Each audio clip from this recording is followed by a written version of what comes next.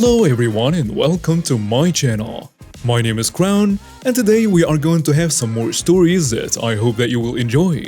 But before we start, it would be so much appreciated if you would subscribe to the channel, like the video if you enjoyed it, and maybe leave a comment down below. These simple clicks would mean a lot to the future of this channel and really reward the effort that I put in every day. And now, without further ado, let's go! I've never really been what you'd call a people person, so I'm a realist. If I was the only student who had a conflict with this teacher, I'm willing to admit I'm probably the weak link in a chain. Back in school, I used to draw and doodle on my assignments. It started as a distraction for me. I got bored doing my work, so I'd doodle something in the margin to make things less boring. But it continued because a lot of teachers got a bizarre kick out of my pathetic art. Disclaimer: I have no art skills whatsoever, but perhaps in my ineptitude, I tumbled onto something that teachers found amusing. It is hard to say, but I won a lot of goodwill from a lot of teachers in school with my bad art. They thought my little cartoon characters were funny. That lasted up through my junior year. I had a soccer coach as my history teacher. I shall call him Coach Jerkwad, and he didn't take kindly to my art. Honestly, fair enough, it was bad art. But he took it way too far. He said it was graffiti and tried to get me suspended from school. The assistant principal was a stand-up guy. He wadded up Coach Jerkwad's report, threw it in a wastebasket, and told me to forget about it. He also told me to knock it off with the art. And fair enough, I'd already gotten a lot of mileage out of it. Time to give it a rest. The problems didn't stop there though, nope. That incident put me on his radar. I wasn't suspended like the Coach Jerkwad wanted, so he decided it was time to bully me in class. He made fun of me and called me names in front of the other students. I got along with most of them, so it's really not as bad as it sounds. It didn't make my social standing in high school any better or worse, but it was still inappropriate for a teacher to behave that way. Remember, I said that I would roll with it if I was the only one who didn't get along with Coach Jerkwad. Well, I wasn't the only one. There were others. Some of what follows is stuff I personally witnessed, so it may sound like too much to believe, but I saw most of this myself, except for some obvious stuff that obviously I wouldn't have been privy to. Coach Jerkwad liked showing off to win approval from the boy students in a room. We're talking about a pushing 50-year-old man. And here he was trying to win approval from teenage boys. He bragged about being chased by an entire female Filipino soccer team and other dumb stuff. Literally nobody believed him. Another time he claimed he got into bar fights and went really over the top with it. To hear him tell it, he was like Neo or something. Obnoxiously unbelievable. Worst of all, I watched him sexually harass various girls in the class. TVs were mounted to the ceiling in each classroom. Coach Jerkwad would pretend to be messing with something on a TV while being inappropriate to the female student sitting directly under the TV mounting brackets. Needless to say, the female student didn't appreciate that one bit. We shall call this girl the reformer. One day after class, the reformer pulled me aside and said she and I and a few other students she'd corralled should go to the head principal's office and complain about Coach Jerkwad's antics. I did not see what that would accomplish, but what the heck, why not? As I expected, it came to nothing. We got totally blown off. Nobody believed us. Another day, another dollar.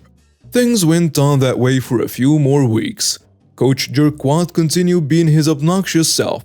I guess he found out about the reformer, me, and our friends dropping a dime on him to the principal because he made a point of calling us out in class, either individually or as a group. More bullying, more harassment, and so on. Things went from bad to worse. One day, I guess he got drunk one night or something and didn't have a lesson plan for us. So instead of doing actual work, he took us to the library to do a crossword puzzle. I didn't take that seriously, picked a book off the shelf and started reading it. Coach Jerkwad didn't like that. He snatched my crossword puzzle away from me. I'm an idiot, I admit it. So I picked an argument with Coach Jerkwad, and a shouting match ensued. Eventually, I lost my temper and said, "Whatever, just take the puzzle, you jerkwad." Hence his present moniker of Coach Jerkwad. Obviously, I got hauled into the assistant principal's office again. Coach Jerkwad wanted me expelled, but I knew he was dreaming. That was never going to happen. The AP gave me in-school suspension, and fair enough, I did cuss at a teacher. You've got to expect something from that. As the AP assigned me my suspension, he said that I shouldn't have called Coach Jerkwad a jerkwad. He emphasized that I wasn't necessarily wrong. I just shouldn't have said it. A snowball had started rolling. Apparently, that incident was one too many disciplinary problems for Coach Jerkwad. I was told that the library incident was the straw that broke the camel's back. It was explained to me that Coach Jerkwad regularly hauled people into the AP's office. I later heard he had other teachers outnumbered something like 3-1 with unruly students who never seemed to have problems in other classes. Only with him. Why is only Coach Jerkwad experiencing these problems? The administrators all wondered. So an investigation began. It gets worse. And this is where stuff I personally witnessed comes to an end. Part of the investigation included talking to students Coach Jerkwad regularly interacted with. Remember I said earlier that he was a soccer coach? Yep, girls soccer. Apparently Coach Jerkwad would walk in on the girls in their locker room when they were in various states of undress. The girls alternately asked politely and demanded not so politely that Coach Jerkwad knock it off with walking in on them like that. Seems reasonable, right? But he reserved the right to walk into their locker room at any time, usually when they were most likely to be undressed. It got to a point where one girl would take one for the team, skip her shower, and serve as lookout to give the other girls a heads up in case Coach Jerkwad was on the prowl. Understandably, they got tired of that, so, independently of me and my friends, they complained to the head principal. And this was one complaint even the head principal couldn't ignore. Unfortunately for Coach Jerkwad, the other inquiry into his behavior and methods was already in full swing by this point. When everyone put their heads together, they reached one obvious conclusion. Coach Jerkwad has to go. He was fired and gone.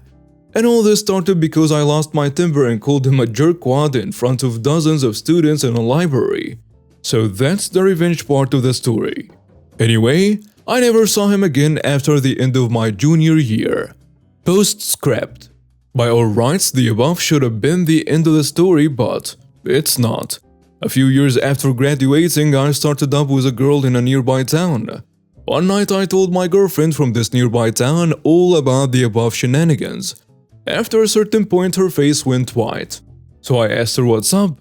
She said that her senior year, i.e. the very next year after Coach Jerkwad was gone, a new girls soccer coach started up at her high school. But he only lasted the 1 year. He gained notoriety by saying it was me walking in on the girls soccer team when they were undressed. When her school admins heard about that, this person got fired straight off, and guess what? He was arrested. Independently of me, the girl said that the culprit was Coach Jerkwad's real name. I'd never told her his name, but she knew it anyway. And that's the karma or justice part of the story. So about 2 years ago, I started waitressing at a small family-owned restaurant in my small town. Everyone that came in were regulars and we all talked. Well, one morning my parents came in with my 5 younger siblings. I was waiting on them while the other waitress got the table next to them, so I wasn't paying attention to that table. There was only one man and woman, both older and I'd never seen them before. I'm taking care of my family and bringing their food out and go into my other tables when the table next to my family apparently starts calling me a dumb witch and saying other incredibly inappropriate things about me with my young siblings sitting right there. I don't know about any of this. When I come to my parents to refill their drinks, and a lady at the other table starts yelling at me. I'm dumbfounded because I had no idea what was going on. Apparently, the other waitress hadn't come to get their drink order. My mom then proceeded to yell at her, "If it's that much of a problem, then leave, you witch. Do not yell at my daughter for something that has nothing to do with her." And after that, the owner came out and kicked the couple out, and I haven't seen them since. Way to go, Mom. After dealing with my husband, 29 male, cheating on me and loudly disrespecting me for 2 years, I, 23 female, finally left him 4 months ago. He assumed no responsibility for the marital bills, and I had to sell the house and his truck by myself. When I left him, there was also a 400 phone bill in both of our names. I ended up just paying the overdue bill a few months ago under the stipulation that my ex-husband gives me $200 for his share. He gave me $90, then laughed at me for expecting him to pay me the other $110, stating that he doesn't owe me anything. About a week ago, I went into the store of my current cell phone provider and learned that I'm paying twice as much as I should be paying for a phone because I'm still being charged $40 a month for my ex-husband's phone. There is still $800 plus owed on it. I learned that the remaining balance was not transferred over because he failed to sign the required paperwork. I explained the situation to my ex-husband, and he was more than willing to join a conference call with me and customer service to get the remaining balance transfers to his own account. We had spent approximately 20 minutes on the phone before my ex-husband told the customer service woman that he is making payments on his own phone through his own account, that he doesn't have a clue what I'm talking about, and that whatever I have called to inquire about, it is clearly not even his business. So today I spoke with customer service again and learned that I technically own the phone since it's in my name. So I made a police report. I reported the phone as stolen, and it's now flagged and shut off. And that's what you get for being a bad person to me. This isn't my story but one of my best mates. We will call him John. John used to work in Ibiza as a seasonal worker. This means coming to the island for a period of around 6 months of the summer and then going back to the UK for the winters. Every summer would mean trying to find shared accommodation with strangers, different ones each year usually, and they would come and go throughout the season as well. So it would be entirely possible to start a season in one apartment and end it in another one, or stay in one apartment but with completely different flatmates at the end to who you started with. So this one particular year, John ended up living with around 6 other people in a 4-bedroom apartment in the center of town. I lived next door. He was having real problems with people stealing his food from the fridge, and he could never figure out who it was. He could never find any evidence like empty packets in a room or so. I never caught anyone red-handed. He tried to label up his food, but it was still stolen. He tried writing a note and stuck it on the front of the fridge asking whoever it was to stop eating his food, but it was still eaten. Finally, one day he came home from a long day at work and was looking forward to tucking into the second half of a large sandwich that he'd left in the fridge. But typically it had been stolen. He snapped and decided enough was enough. He went to the shop, bought all the ingredients for another sandwich, ate half of it, and then proceeded to sneeze, cough, and freaking touch the open other half of the sandwich with his shoes. Once the sauce was in place and evenly spread over the entire sandwich, he closed it up again, wrapped it in cling film, and put it in the fridge and waited. By the time he woke up the next day, the sandwich was gone. And that's when he wrote a new note to place on the fridge. To whoever keeps stealing my food. I hope you enjoyed my sandwich, and that it tasted good. If you're wondering what the special ingredient was, you'll be happy to hear that it was my secretions. It was even funnier that he didn't specify what secretions. After that, no one ever stole any of his foods ever again. And now we have reached the end of today's stories. Thank you for watching and see you next time.